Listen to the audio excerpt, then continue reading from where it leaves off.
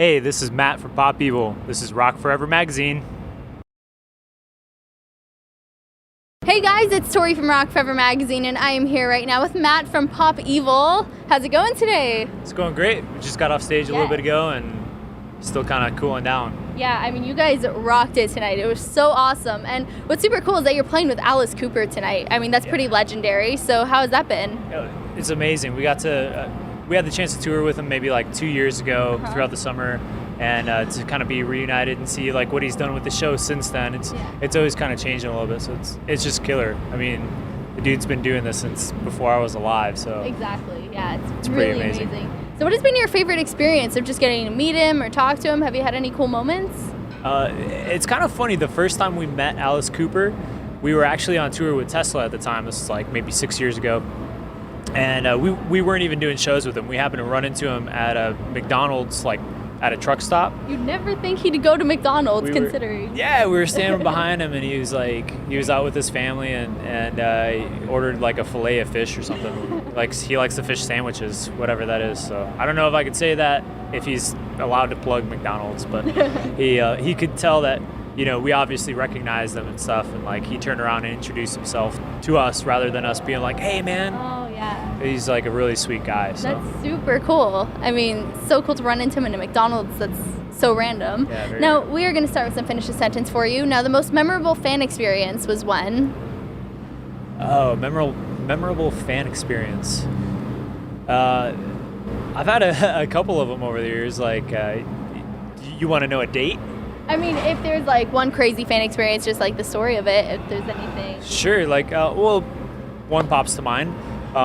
This guy really wanted me to bang his wife, and it's kind of weird, you know, like, like I guess they're swingers or whatever, and the dude started coming out to our shows when we first started touring, and like still comes out to this day, and every time he come out, he'd be like, dude, Maddie, he's from Boston, he's like, Maddie, you gotta hook it up with my wife, dude, she thinks she's so hot, man, you gotta hook it up, and like, I don't know, it was probably, I don't know, like 10 shows later, I was like, okay, I'll bang your wife, but just once. Well, so. He's definitely a dedicated fan then, that's for sure. Yeah, and persistent. He did that, and then he got Pop Evil tattooed on his chest, so I don't know, it's kind of weird. Yeah, that's the first time I've heard a story like that, that's for sure. And now your dream tour lineup would be? Oh, I'd love to go out with Motley Crue. Oh, that would be amazing. Motley Crue and Kiss would be... I mean, this is going on YouTube, which means anybody could be watching it. So, hey, Motley Crue and Kiss, if you want to tour with Pop Evil, they're waiting, so you know. We did like a music video and a song with Mick Mars, you know, on our last album. So we just want to play with the other three guys. It's only a matter of time. It's only a matter of time. Nikki, Vince, Tommy, come on. And now, one fun fact fans might not know about you is...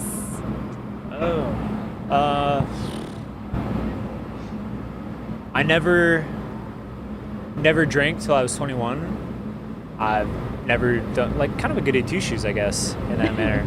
Like, once I was able to drink, I started, like, pretty heavy, but, like, I think I was the only one out of my friends and like, guys in bands back in the day that just didn't drink or do anything at all. I mean, that's a pretty good example, so... That's right. Any kids watching this, just, you still be cool. Just don't drink. It's fine. You don't have to. Exactly. And now, a day in the life of Pop Evil on tour is? Oh, man. Wake up about 3 o'clock. Oh, that's the life. Yeah. I wish I woke up at 3 o'clock. Dude, I can only sleep for like 3 or 4 hours at a time. So if I go to bed at midnight, I wake up at 4, and then I'll be up until like, 10, 11 in the morning, and then take another nap. So it's all good. But we usually do that, check our email, get back and forth with the label and stuff like that. If we have radio interviews to do, set up, do radio, all that kind of shit. Sound check, just, regular stuff that you would expect, nothing too out of the ordinary. Yes, and now last finish the sentence here. Now, the highlight of your career so far was when? It was actually a while ago. We've done some really cool stuff, but the first thing that pops to mind is we had this festival in our hometown, my hometown personally. Every year, every summer, they'd have like huge bands, like ZZ Top, Aerosmith, and stuff like that come through and play this big festival on the water. I lived like on the other side of this lake, so growing up, like I would always hear the music kind of coming into my bedroom window. But we finally got to the point in our musical career where we got to headline this festival like in our hometown. So it's all of my peers, like people I grew up with, teachers, like just anyone that I was associate with came out to this festival. And like the mayor of our hometown declared it like an official proclamation, like it was like official Pop Evil Day. So I think it's July 1st is like official Pop Evil Day back home. That is so cool. So That's like we got our own day. Woo! We got our own day, and I still haven't got laid like once. I'm like, it's my fucking holiday, and I can't get a piece of ass. I mean, anybody watching, he's here. July 1st, come visit me. Something. I mean, you just touch it. I don't care. Just give it one of those. It's more than I got before. Moving along now. When I first heard the name Pop Evil, it caught my attention. You know what I mean? It made me think about what it meant. So now that you're here to tell me, what is the meaning behind the band name? Well, if you listen to our set today, we kind of go from one extreme to the other with our music. We've got songs like, our new single, Trenches and Deal with the Devil, Last Man Standing, some heavier stuff. It's kind of like the evil side, I guess. Right. And then we also have ballads like, 155, Monster You Made, stuff like that's more along the pop side. So it kind of represents the diversity in the band, not just with songwriting, but like if you meet us, you'll realize real fast that we're like 5 completely different dudes in the band. So it's just sort of that, bipolar, one extreme to the other type thing. So I guess it works out because there's something for everybody then with the band. Exactly. Everybody can find something they like. And now your album Onyx is out right now. What did you guys do differently during the writing and recording process to make this one stand out from your previous releases? This was like the first album that we did where we knew kind of what we were doing. Okay. I know that sounds weird, but our albums before that were always kind of split up. War of Angels before Onyx. When we went in the studio to do that, we had a handful of songs written. We'd never worked with a producer before. We'd never worked in like a real studio setting, so we didn't know what to expect as much. And pretty much like any song that we wrote went on the album. So we didn't pick like the best songs or what fit the album the best or anything like that. We didn't weed anything out. If we wrote it, we used it. So for this new album, we had the luxury of like knowing that ahead of time, and we went through and took our time focusing on the songwriting, first of all, and writing while we're on the road and just putting little ideas away. So when we got to the studio, we could go through all these and say, put some sort of continuity together with the album and some sort of identity with it. It's like, just preparation, I guess. Yeah. It's a big key. So it works out. 2 different band members Right. that we did on the last album. Yeah. So did that influence you guys a lot on this album, or? Absolutely. All of us work way better with Chachi and Nick, drummer and lead guitar player, the 2 new guys, and they're just great in the studio. Awesome. Good. And now, considering that this was quite a different process for you guys, has your perspective of your previous releases changed at all? Do you look at them differently now, just looking back now? I don't even want to listen to them. Really? Is it that? Yeah. Is it in a good or bad way? Like you just focusing on the new one, or just? Yeah, just moving forward, I guess. It's like that's what music does. It reminds you of a particular place or a moment in your life. And so when I think back on some of our other albums, it reminds me of like past members that we had issues with, or just harder times. And like you said, I'd much rather focus on where we're going than where we've been. So, not that I don't like the old songs, we still play a lot of them, but it's not my go-to on my iPod. Yeah, and I'm sure your fans feel the same way as well, because I think music kind of brings you back to a certain point. So just like it does for you, it does for your fans too, which is awesome. And now, for anybody who hasn't heard the new album yet, if they could only listen to one song as a first impression, which song do you think they should listen to and why? Is this a really tough question for you? It is tough because it depends on what you're into. Okay. And, if you like heavier stuff, I would say listen to Trenches or Deal with the Devil. Those are 2 first singles off the album. One of my personal favorites, if you're a chick, you probably like it more, not being biased, but our song Beautiful. I really, really love that song. It's one of my personal favorites. As a chick, I like it too, so he's right. Chick approved. Chick approved right there. Exactly. And also, it's not like not really like a single, but one of my favorites on the album is Silence and Scars. Mm-hmm. It's kind of got like a timeless feel to it. Yeah. I have a feeling if we continued on with this question, eventually you'd have, we'd go down the track list, basically. All except for one. I'd be like, yeah, that one sucks. Don't listen to it. I'm not going to ask which one that is. And now, what's the story behind the song Divide? Oh, it's it's a song about unity. It's a song about, from, like I mentioned, from our last album to this album, we've gone through like 2 band members, and that's like really, really tough. So we wanted to come together and sort of like have a song that's about us and about us sticking together and fighting it out. It's like us versus the world, so to speak. It's a very, very hard industry. So, it's about the band sticking together. Absolutely. And now you guys also have a music video for Deal with the Devil out right now, which was a really interesting music video to watch. And I'm curious about the inspiration behind the concept for that and how it ties in with the theme of the song.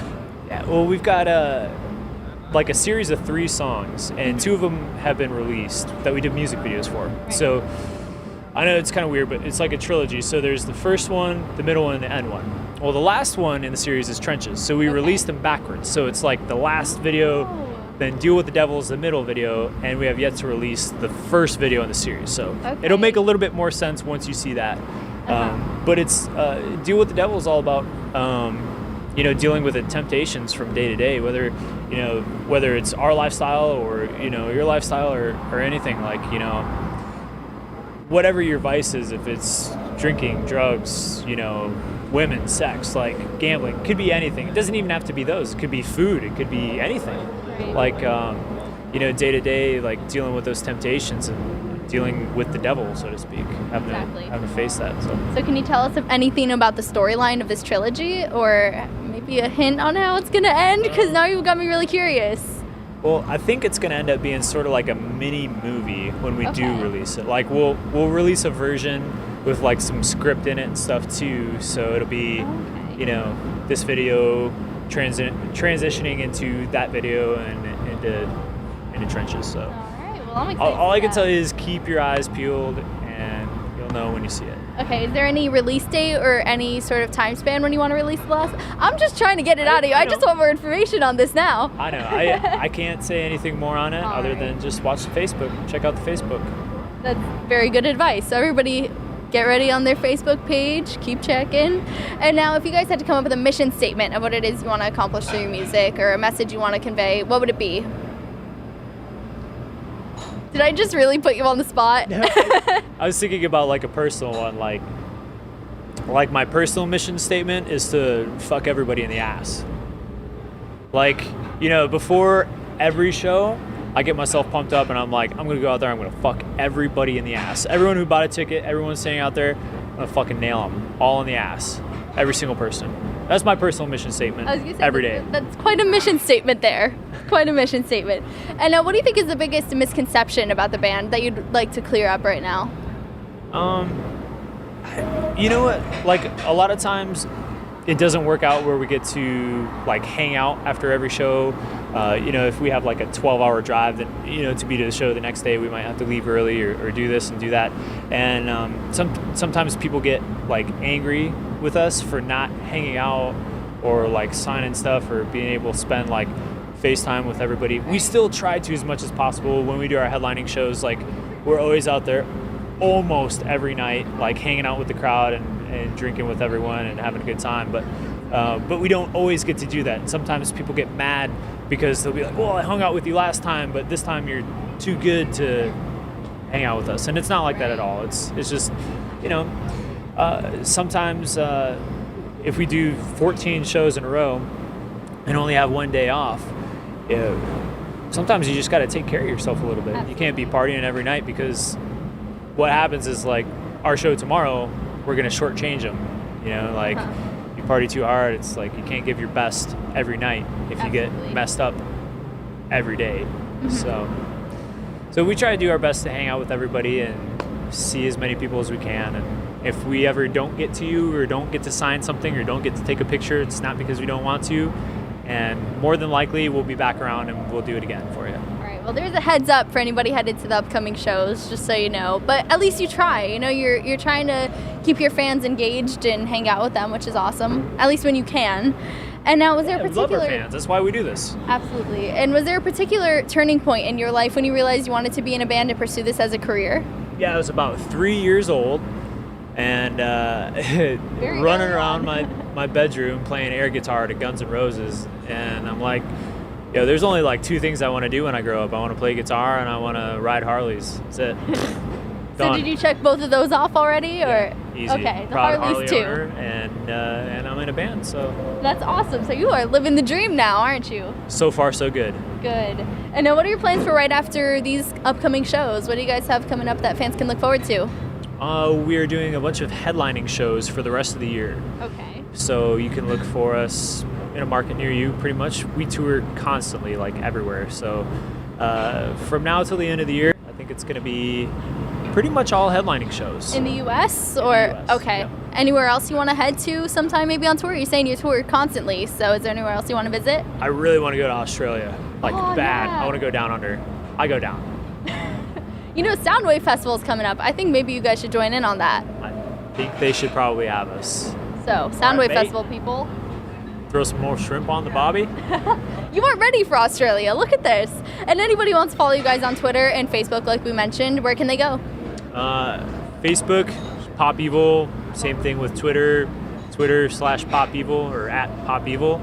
I've got a personal Twitter that I update with lots of gross stuff and obscene things. So if you want to follow that, that's at Matt MATT DiRito DIRITO. Moving along then. Well, thank you so much for hanging out. It has been really great talking to you. And everybody watching, make sure you check out Pop Evil. You can get their album on iTunes. And also subscribe to our channel for more interviews. And I'll see you next time. Bye, guys.